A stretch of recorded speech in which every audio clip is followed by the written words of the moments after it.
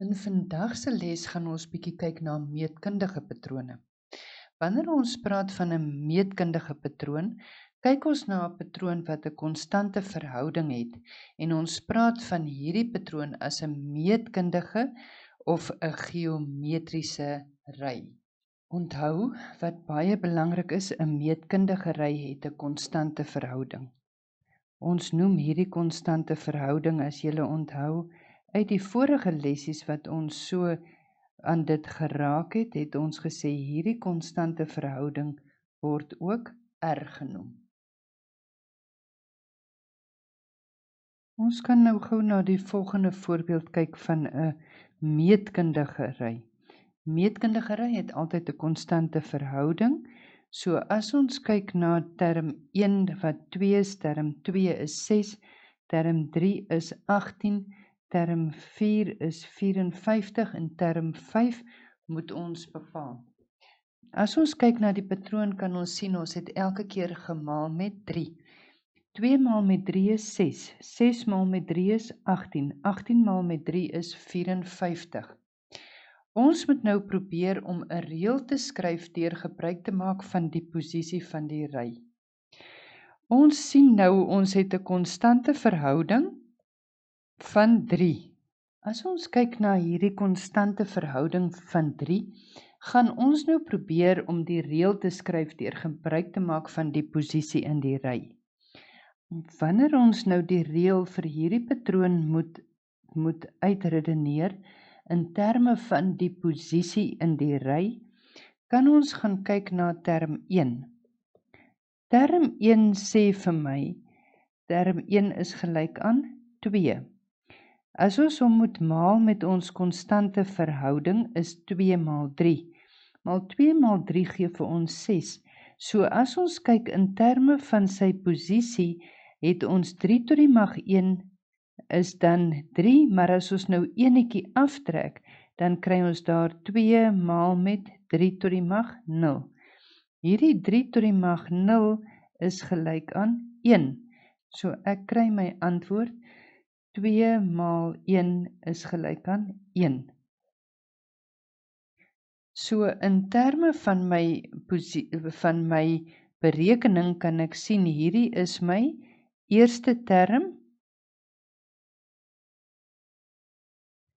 en hierdie getalletjie is my posisie. En as ek nou elke keer een van my posisie aftrek, dan kom ons by ons antwoord uit. So kom ons kyk na term 2. Term 2 is weer my eerste termpie, maal met 3 tot die mag, my posisie is 2 minus 1, dit gee vir my 'n antwoord van 2 maal 3, en dit gee vir my 'n antwoord van 6.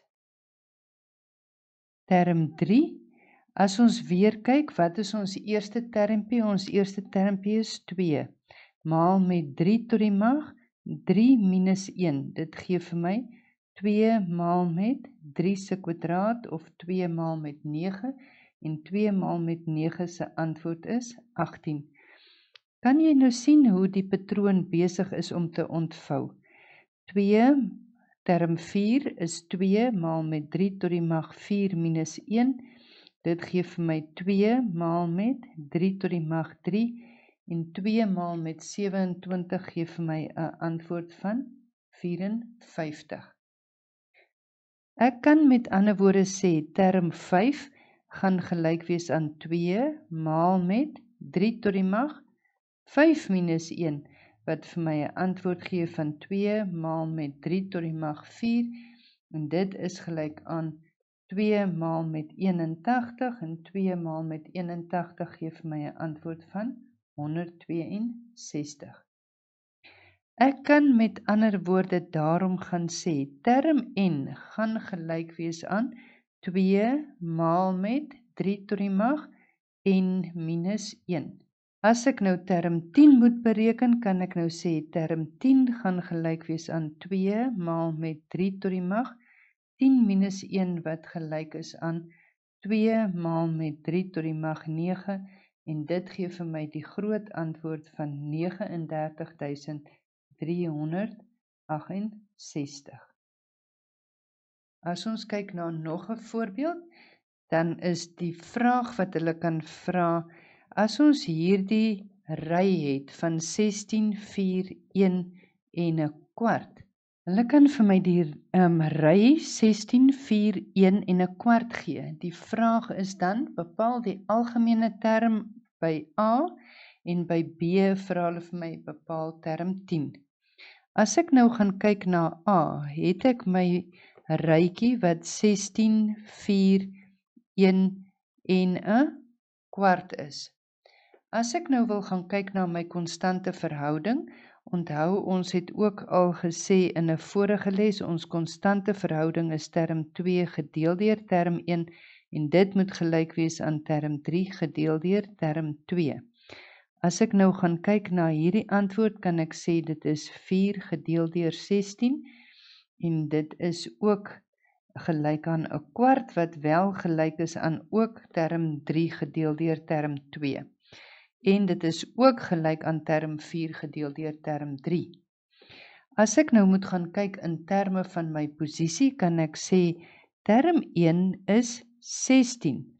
Wat het ek met 16 gedoen? Ek het hom gemaal met 'n kwart, maar 'n kwart tot die mag 1 minus 1. Dit gee vir my 16 maal met 'n kwart tot die mag 0 is 16 maal met 1 en my antwoord is 16.